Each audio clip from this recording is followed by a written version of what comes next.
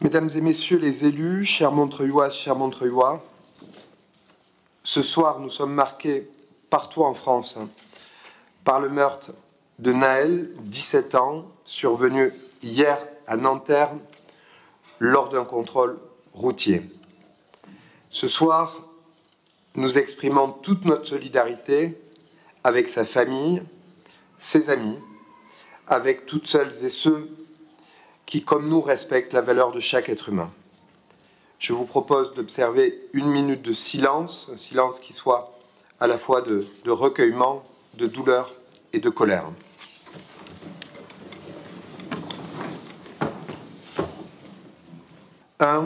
Il existe dans notre pays un déni de réalité. Il y a un problème de rapport police-population. Trop de faits graves se répètent. Les nier, c'est accepter que continuent de se creuser les fractures dans les rapports avec la police de la République. La base d'une solution passe par reconnaître qu'une partie de notre police est, de manière régulière et inacceptable, l'objet de dérives qui brisent la confiance avec une partie de la population et de la jeunesse. 2. Le débat politique national est, à mes yeux, caricatural, orienté souvent soit sur la défense des forces de l'ordre, soit sur leur mise en cause. Or, ce n'est pas le rôle des responsables politiques. Notre rôle est de regarder en face toutes les réalités et de dégager des solutions. 3. En conséquence, pour moi, la seule solution passe par un renouvellement profond de la formation et de la doctrine nationale des forces de l'ordre, de manière à rendre notre police structurellement intolérante aux manifestations de brutalité, de préjugés et d'injustice. Le problème de l'institution n'est pas d'abord de défendre un collègue, mais de défendre la justice et le droit. Que restera-t-il du meurtre de Naël? Un changement bénéfique pour la République, sa police, ses citoyennes et ses citoyens, ou juste des larmes, du malheur et du ressentiment? Telle est, à mon avis, la question qui est posée. Au fond, à cette heure, à mes yeux, la seule, pour que le meurtre de ce jeune homme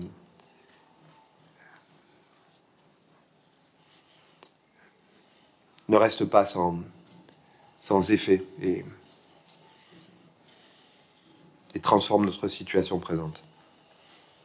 Je veux également exprimer ce soir tout notre soutien à un élu du conseil municipal victime d'une agression homophobe il y a de cela quelques semaines.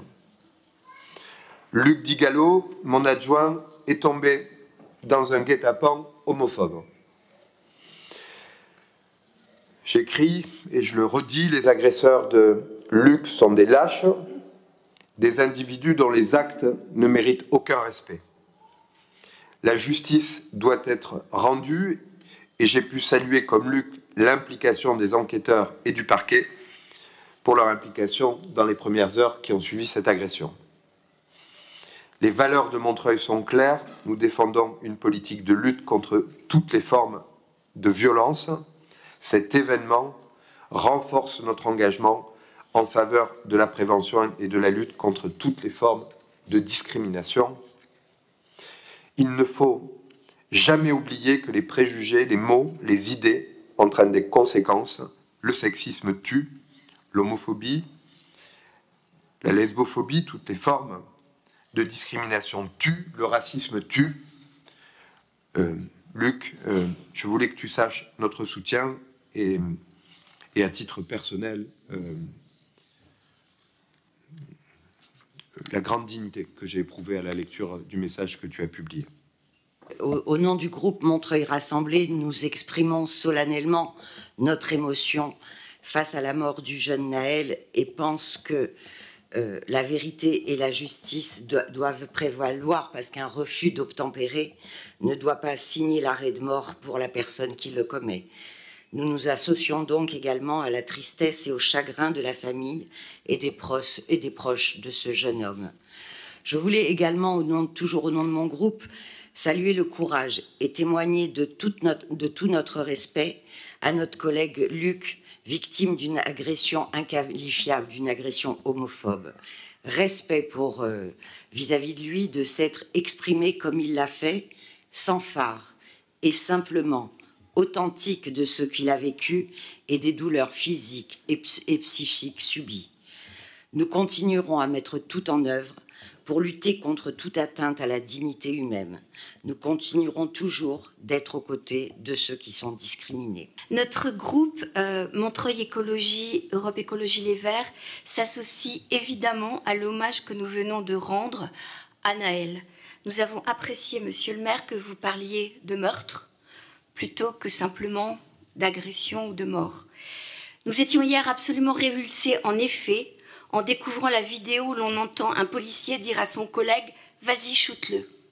Nous pensons qu'il est extrêmement grave que des policiers de la police nationale puissent en être arrivés là, et nous vous rejoignons, monsieur le maire, quand vous parlez de formation absolument essentielle à mettre en œuvre dans les plus brefs délais. Ce meurtre vient une nouvelle fois mettre en évidence combien le gouvernement actuel joue la scène détestable et irresponsable du pompier pyromane.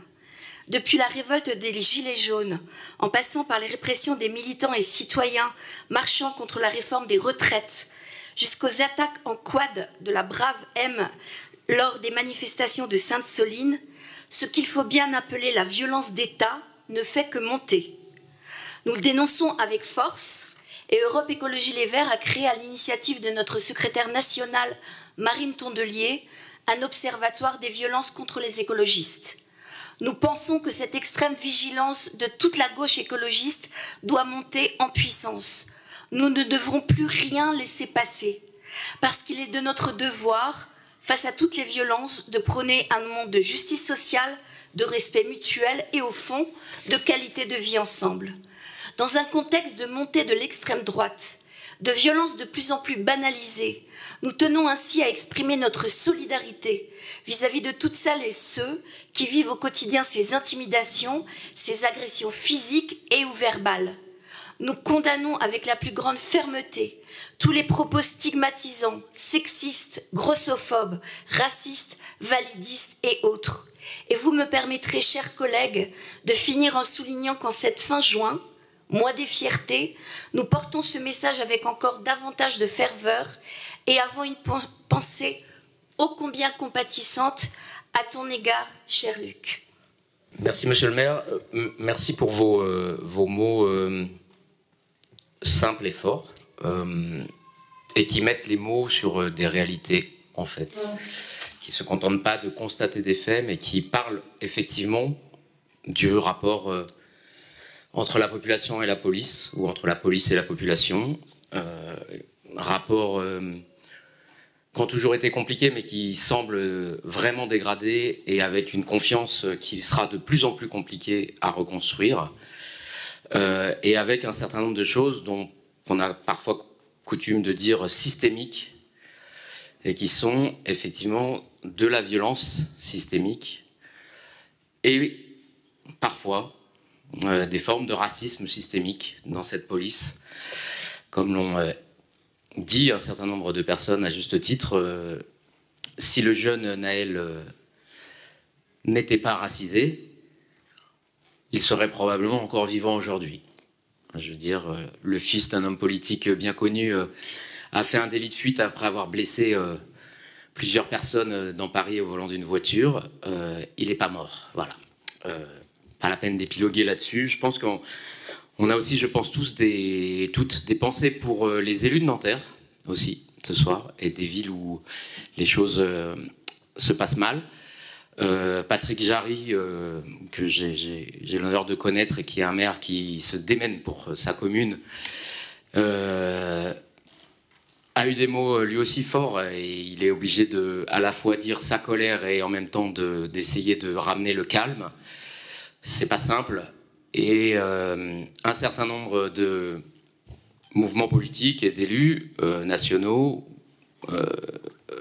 entretiennent en fait, enfin, et contribuent à aggraver encore les choses en continuant à développer un discours qui entretient le climat de plus en plus sordide et terrible dans lequel nous vivons, où les paroles les plus odieuses se libèrent, où le racisme, le sexisme, l'homophobie ont pignon sur rue dans des médias que plus personne ne contrôle et qui se font rappeler à l'ordre bien trop peu souvent.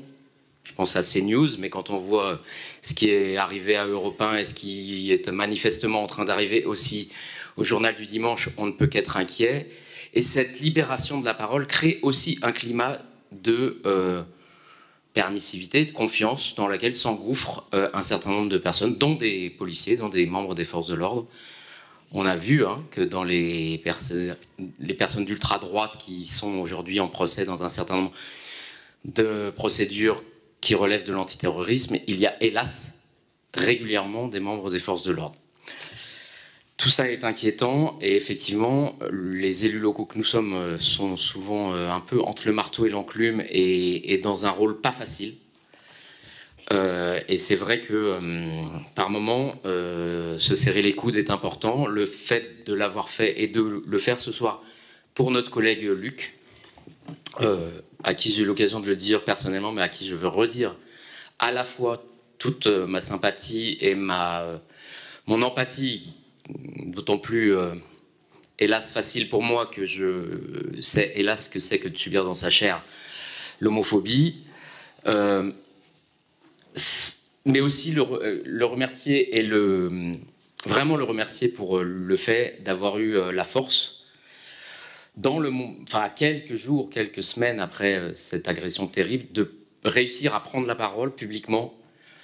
Parce qu'il y a des mots qui tuent, mais il y a aussi des mots qui aident. Et je pense que le fait qu'un élu, dans la presse nationale, puisse expliquer ce que c'est que ces guet-apens, expliquer qu'on a le droit de porter plainte, qu'on peut porter plainte, qu'on peut être reçu correctement dans un commissariat et qu'on a des droits et que la justice peut et doit passer, ça va peut-être permettre à un certain nombre de personnes qui subissent, hélas, quotidiennement ce genre d'agression, de ne pas le vivre seul et de peut-être réussir elles aussi à parler. Donc Luc, je voulais te le redire, vraiment merci et bon, tout mon soutien.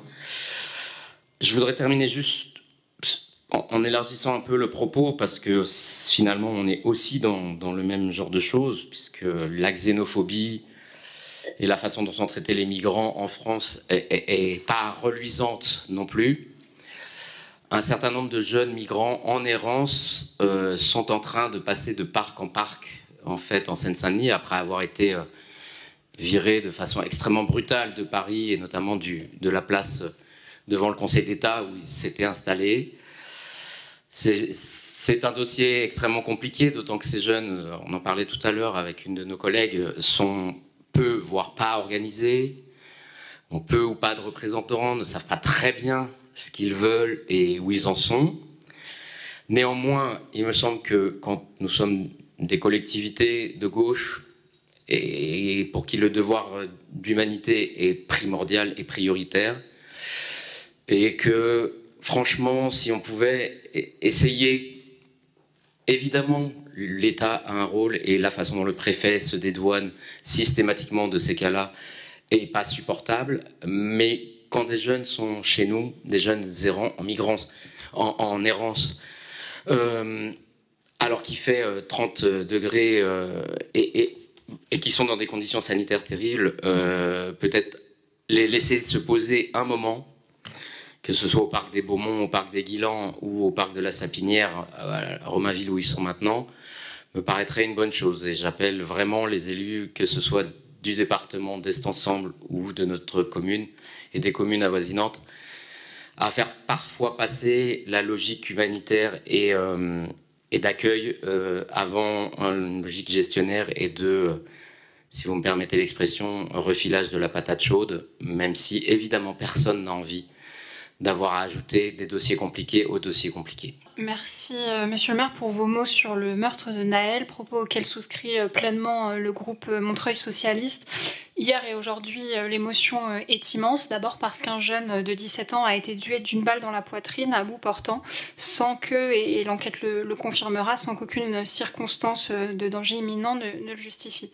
L'émotion est immense aussi car c'est loin d'être un drame isolé et qu'il vient s'ajouter à une liste déjà longue que nous connaissons et qui confirme une défaillance structurelle de l'institution policière détentrice du monopole de la violence légitime qui ne parvient pas à éviter son dévoiement régulier. Alors il nous engage aujourd'hui de dépasser cette émotion, ou du moins de ne pas nous y cantonner, parce que cette émotion alimente la rupture du lien de confiance entre la population, et notamment entre la jeunesse et la police, et de celles et ceux qui la composent et qui sont en charge pourtant de la protection de toutes et tous. Cette défiance, évidemment, n'est pas nouvelle, mais elle grandit, elle crée de l'hostilité, de la violence, mais moins médiatique, elle crée aussi de la peur et du non-recours à l'institution républicaine. Pour être très clair, lorsque nous avons mené en 2020 une enquête sur le sentiment de sécurité à Montreuil et notamment sur le sentiment de sécurité des jeunes, le premier motif d'insécurité pour les jeunes de notre ville était le rapport à la police. Quel paradoxe! Pour être très clair également, nous constatons aujourd'hui dans un certain nombre de nos quartiers populaires des jeunes femmes, des jeunes hommes qui peuvent être victimes d'infractions, de crimes, de délits, y compris de faits graves, et qui n'envisagent pas une seule seconde de se tourner vers la police pour faire face aux difficultés qu'ils vivent.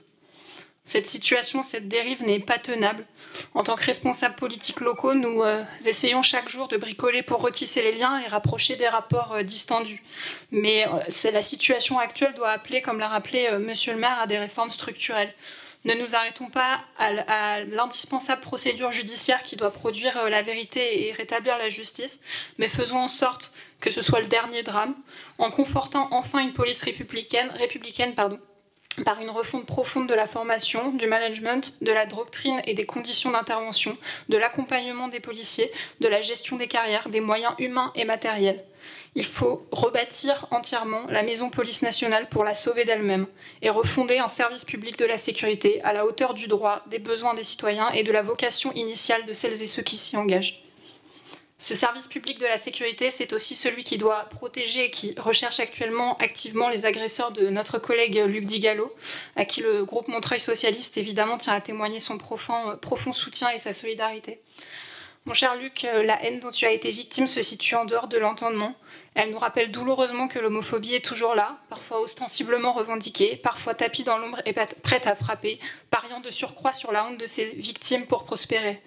Mon cher Luc, à travers le courage de ton témoignage, tu envoies un message précieux à l'ensemble de toutes celles et ceux, parfois isolés, qui souffrent des discriminations de tout genre et de leurs formes les plus violentes. Ils ne sont pas seuls, nous sommes de leur côté et nous le souhaiterons toujours. Merci beaucoup. Le groupe France Insoumise se joint aux mots qui ont été prononcés pour dénoncer en premier lieu, évidemment, le meurtre inqualifiable du jeune Naël.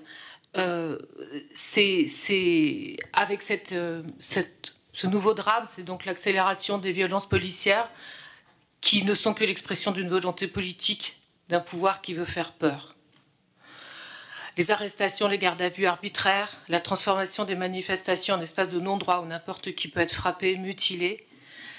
Ces violences répressives, nous le savons, c'est d'abord effectivement dans les quartiers contre les populations racisées qu'elles s'exercent depuis trop longtemps. Ce nouveau drame, ce meurtre donc de Naël s'inscrit dans ce système.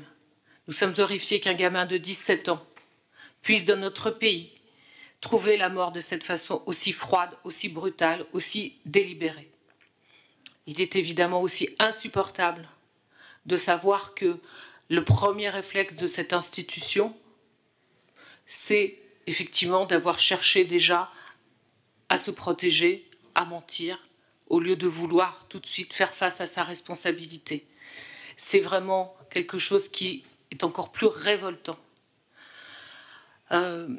Évidemment, comme pour mes collègues, nous portons aussi sur l'institution policière la nécessité qu'il faut porter une réforme en profondeur du fonctionnement de la police nationale, pour qu'elle soit donc une police républicaine mieux formée, et qu'elle soit débarrassée de l'arbitraire, du racisme.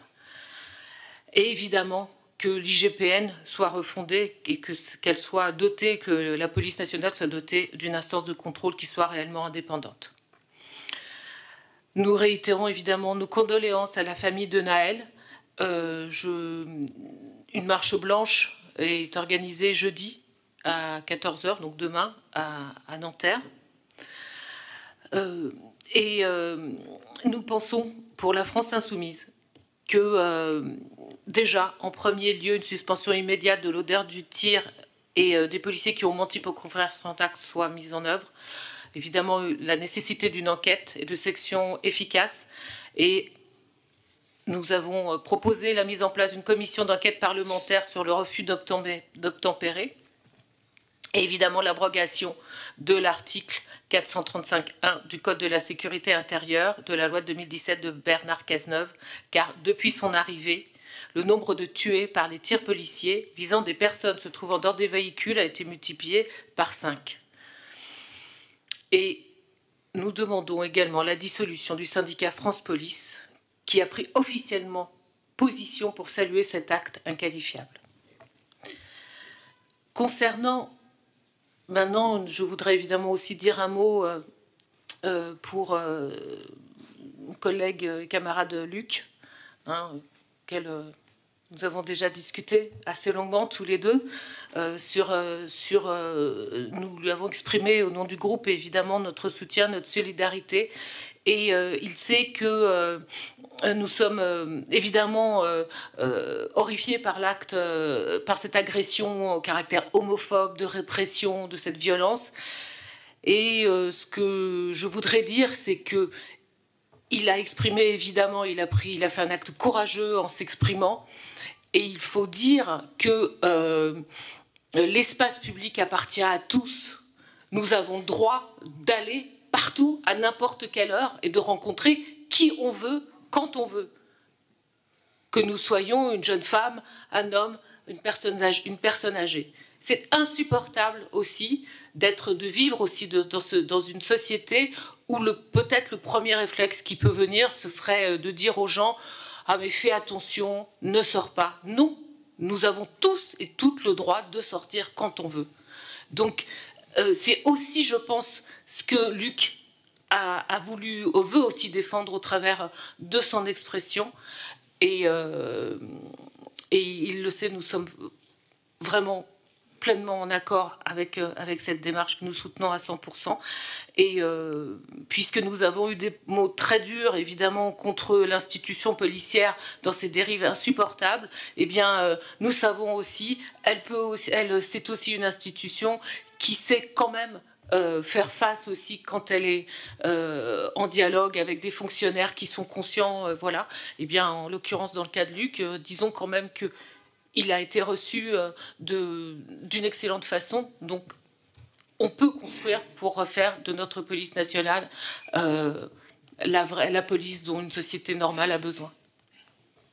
Je m'associe bien évidemment à l'hommage qui a été rendu à Nahel.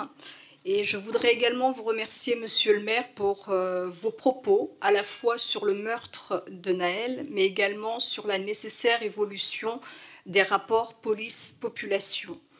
Je profite également de ce moment pour dire toute ma solidarité donc à mon tour à notre collègue Luc Digallo. Malheureusement, l'homophobie est toujours là, l'homophobie tue.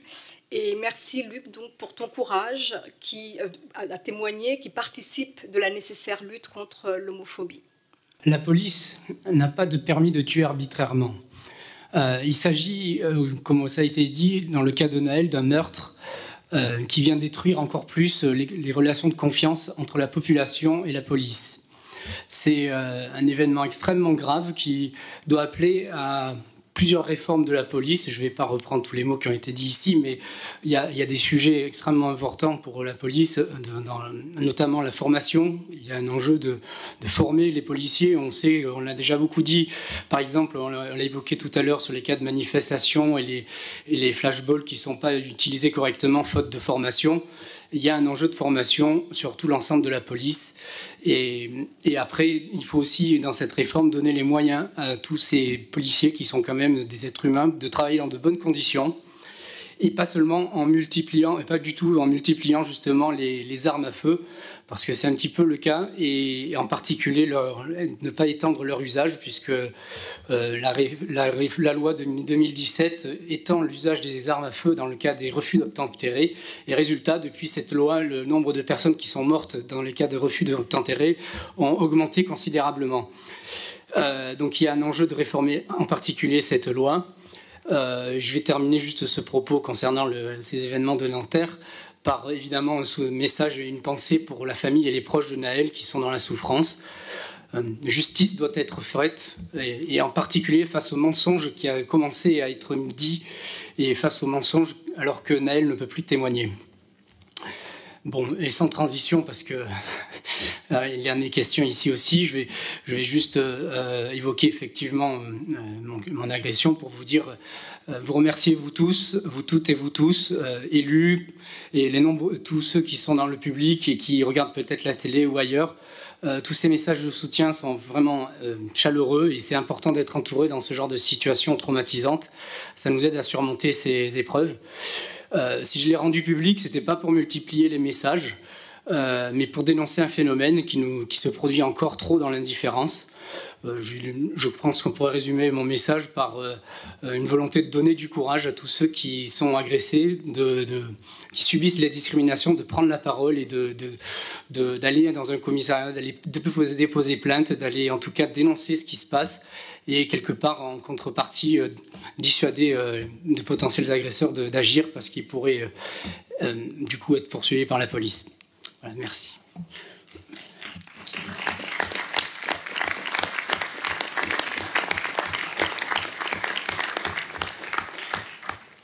Merci beaucoup, Luc Gallo.